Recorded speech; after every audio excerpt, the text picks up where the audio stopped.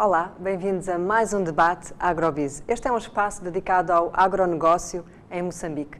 No programa de hoje vamos discutir o tema da competitividade no setor agrícola. Para isso temos connosco em estúdio 3 convidados. Temos o professor Firmino Mucavel, agroeconomista. Boa noite. Temos a doutora Maria Anita Dengo, economista. Boa noite.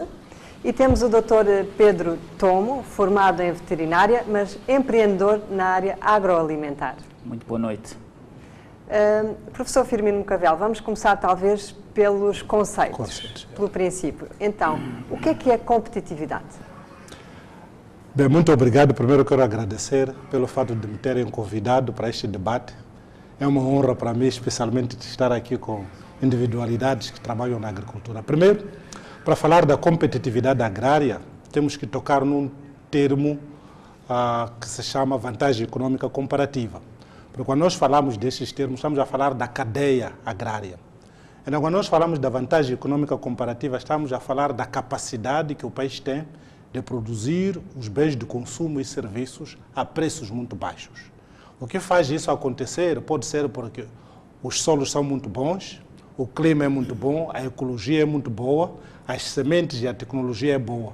Então consegue-se ter uma produtividade muito alta, de tal maneira que o custo por unidade do produto é muito mais baixo. Este é o conceito de vantagem econômica comparativa. Para nós podermos ter a vantagem competitiva, a primeira condição necessária é que tenhamos a vantagem econômica comparativa. A vantagem competitiva refere-se à capacidade que toda a cadeia tem de poder disponibilizar ao consumidor produtos que, de uma certa maneira, estão a um preço relativamente baixo a nível mundial. Isso pode ser porque a parte da produção, da cadeia produtiva, acontece com rendimentos muito altos e as perdas pós-colheita são muito baixas. E a parte do processamento também processa-se com alta eficiência, onde a transformação dos produtos em agroprodutos, portanto, faz-se com uma alta eficiência. E aquilo que são, portanto, as redes e os sistemas de distribuição estão no lugar. E no mercado, o mercado funciona. Portanto, o preço acontece como sinal de escassez. Então, dizemos que temos competitividade quando o preço do produto no mercado do consumidor já pode entrar a um preço muito mais baixo. Então, a competitividade, de uma maneira geral, da cadeia agrária é a capacidade que toda a cadeia tem de providenciar bens de consumo e serviços a preços que, comparados com os preços internacionais, são muito mais baixos. Obrigada, estes são professor. 2 conceitos que são muito importantes. Portanto, falou aqui em produtividade, preço, processamento. São questões que ao longo do programa nós vamos analisar e vamos continuar agora com a doutora Maria Anita. Doutora, num artigo de opinião publicado no jornal O País, no dia 9 de outubro, a doutora refere que, muito embora predomine uma percepção de prevalência de um setor agrário paralisado, de facto existem sinais positivos de uma agricultura com grandes possibilidades de desenvolvimento. Eu perguntaria, qual é que é o estado geral de Moçambique neste momento, em termos de competitividade? Mais uma vez, muito boa noite a todos. É o meu prazer, portanto, partilhar convosco ideias, conceitos e alguns fatos sobre a competitividade agrícola em Moçambique. Indo direto, portanto, à questão colocada pela Cristiana, eu diria que, quando perguntas qual é o estado da competitividade moçambicana, de fato não poderás ter uma resposta no preto e branco, se ela é boa ou se ela não é boa. De uma maneira geral, as pessoas iriam pensar que a comunidade moçambicana, no geral, é fraca. E o que é que iria originar esse pensamento? Sobretudo, iria originar esse pensamento o fato de o assunto da competitividade estar extremamente ligado a questões de produtividade e a questões de eficiência do mercado. E, no geral, Moçambique, nos 2 aspectos, há uma grande percepção de que ainda não estamos no lugar certo, ou ainda não estamos a correr, ainda há espaço para melhorar. Então, se me pergunta qual é o estado da competitividade moçambicana, eu diria ela varia. Ela varia dependendo da cadeia de valor. Ela varia dependendo dos fatores que essa cadeia de valor enfrenta. estamos a falar de fatores de produtividade e rentabilidade, fatores de eficiência de mercado, fatores das ligações institucionais ligadas. Há muito bem pouco tempo, foi em setembro, nós concluímos um estudo em que estávamos a ver a questão da competitividade na agricultura moçambicana. E fizemos um estudo em 5 cadeias de valor. Estudamos a cadeia de valor do algodão, a cadeia de valor do arroz, a cadeia de valor do tomate, a cadeia do valor da banana e a cadeia do valor da soja. A escolha, de fato, não foi aleatória. A escolha, portanto, obedeceu ao fato de nós olharmos para culturas que são predominantemente de exportação e culturas, portanto, que têm um grande potencial para a substituição das importações. Isso ligando ao conceito que o professor Hermínio Maquiavel definiu. Portanto, para tu seres competitivo, tens de ser capaz de vender no mercado internacional a preços bem competitivos. Tens de ser capaz de vender e fazer lucro, tens de fazer dinheiro. Então, voltando à questão da competitividade nessas 5 cadeias de valor, os resultados são mistos. Então, olhando para a cadeia de valor do algodão hoje, nós encontramos que é uma cadeia que até certo ponto é competitiva, se e só se a produtividade da cultura do algodão pelo menos atinge 700 quilos por hectare, 0,7 toneladas por hectare. É uma cadeia de valor que enfrenta desafios em termos da qualidade do algodão produzido, enfrenta desafios em termos da agroindústria, onde se processa o algodão, semente em fibra de algodão, que tem alguns problemas, enfrenta grandes desafios na área, portanto, de logística, de distribuição e de transportes. Então, nas condições atuais, podemos dizer que a competitividade da cultura do algodão é relativamente boa, mas se nós tivermos choques do género de uma apreciação da moeda, a competitividade da cultura do algodão, da cadeia de valor do algodão, ela perde-se. Olhamos, por exemplo, para o arroz. O arroz, portanto, está competindo bastante com as importações da China. Nas condições atuais, muito embora haja uma grande vontade política de puxar-se a cultura do arroz para cima, o que seria muito bom em termos de substituição de importações, ela, de fato, não é competitiva. Ainda não é competitiva. O arroz moçambicano, de fato, para ser competitivo, portanto, estamos a falar de concorrer com os mercados da Ásia. São os que estão a abastecer, portanto, os mercados moçambicanos em Moçambique, sobretudo para uma população urbana crescente, que cada vez vai consumindo o arroz. Ela teria de ter, no mínimo, nas condições atuais, 7 toneladas por hectare. E nós ainda não estamos aí. Se chegamos a 4, já estamos numa boa produção. Em termos da média, estamos ainda só em 2 toneladas de arroz por hectare. Portanto, há um caminho grande por se percorrer para nós podermos ter o arroz como uma cadeia de valor competitiva. E eu poderia continuar falando das outras cadeias. Portanto, não poderia dizer de uma só voz, dizer que sim, a agricultura moçambicana é competitiva. Não, não posso fazer essa afirmação. Eu teria que olhar para cada cadeia de valor, tem as suas especificidades e, no geral, a competitividade moçambicana ainda tem muito caminho para andar. Portanto, essa é a ideia que fica, é que há ainda um longo caminho a percorrer e depende também das culturas de que estamos a falar. Mas ficou aqui presente já um conceito e uma ideia que é a capacidade de colocar no mercado produtos e vendê-los a preços competitivos e isso pressupõe também qualidade, certamente. Nós temos connosco aqui hoje em estúdio um convidado que é o Dr. Pedro Tomo, que nos traz aqui um exemplo prático na primeira pessoa da sua experiência na colocação de um produto que está a conseguir ser competitivo e que já conseguiu um grande passo, que é exatamente o acesso ao mercado, que é uma barreira para muitos produtores. Dr. Pedro Tomo, obrigada. Talvez dar aqui algum contexto.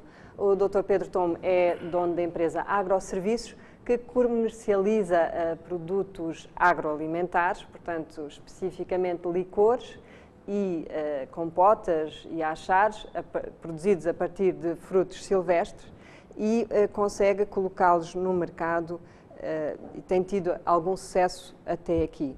Dr. Pedro Tomo, falando nesta questão específica da competitividade, na sua experiência, em que momento percebeu que tinha em mãos um produto competitivo? Boa noite. Nós percebemos que estávamos perante um produto competitivo a partir do momento em que nós percebemos que o consumidor não estava só olhando para questões como preço de um produto quando ele entra num estabelecimento comercial. Nós reparamos que o consumidor também estava disposto a inovar naquilo que são os seus hábitos de consumo e que nesse processo ele estaria disposto a pagar às vezes um pouco mais por um produto que fosse satisfazer que fosse preencher uma lacuna na sua, portanto, nos seus hábitos de aquisição e de consumo. Portanto, em relação àquilo que foi dito pelos painelistas anteriores, efetivamente nós sentimos que se quiséssemos ir pelos produtos tradicionais, pelos produtos convencionais, pelas matérias-primas convencionais, nós teríamos efetivamente que nos alinharmos dentro daquilo que fosse a estratégia de preço mais baixo. Portanto, aquilo que fez foi identificar produtos que estão disponíveis, como neste caso os frutos como malambe, jambalá, mapílula, e transformou-os, inovou e colocou no mercado. Exatamente. E colocamos no mercado produtos que percebemos logo a partida que tinham, portanto, preenchiam uma certa necessidade que não estava sendo satisfeita. Obrigada. Doutora Maria Anita, estamos aqui perante um caso de processamento que em muitos casos se diz que é algo que falta na economia moçambicana, em particular na agricultura. Porquê é que não se aposta, porquê é que não se tem apostado mais, porquê é que exportamos, por exemplo, o arroz, o algodão em fibra, ou a castanha não processada, porquê é que ainda não se aposta mais na transformação? Levanta um problema que é muito mais abrangente que a agricultura. Para nós termos, de fato, uma cadeia de valor mais desenvolvida, e o exemplo do Sr. Tomo com a sua indústria é, de fato, termos uma cadeia mais desenvolvida que sai, portanto, de um produto básico, sofre uma transformação, é empacotado e atinge o mercado. É uma cadeia de valor mais completa. E ele apostou, de fato, em inovação, apostou no mercado certo e funciona. Quando falas no geral, as cadeias de valor da agricultura moçambicana ainda são muito básicas. Quando se fala do algodão, ainda é muito básico, como se refere. É algodão e vai até algodão fibra. O tabaco ainda está mais processado, portanto, temos até algum valor adicional. Isso tudo puxa para a necessidade de desenvolvimento da agroindústria. Mas para a agroindústria se desenvolver, é preciso que haja um bom ambiente de negócios, é fundamental. Há questões que têm que ser ultrapassadas, a questão de energia é fundamental. Numa situação em que temos uma energia com uma qualidade ainda não no ponto certo, é muito difícil tu desenvolveres uma agroindústria. Não há nenhuma agroindústria que se pode desenvolver num país em que a qualidade de energia não é mais acertada. Eu acredito que o empresário que mete o dólar, portanto, na produção, no agroprocessamento, poderá, portanto, confirmar ou desconfirmar o papel fundamental que a energia tem. Para além da energia, tens todos os custos de transação ligados ao transporte e à logística. Então, é toda uma plétora de fatores que têm que ser abordados para que os produtos que podem ter uma vantagem comparativa em termos de sua produção na fase primária possam, de fato, atingir mercados mais desenvolvidos, enfrentando transporte, armazenamento, empacotamento, a preços competitivos. Então, perguntar por que é que nós não estamos ainda aí, teríamos que voltar à pergunta, o que é que nós precisamos fazer para desenvolver uma agroindústria?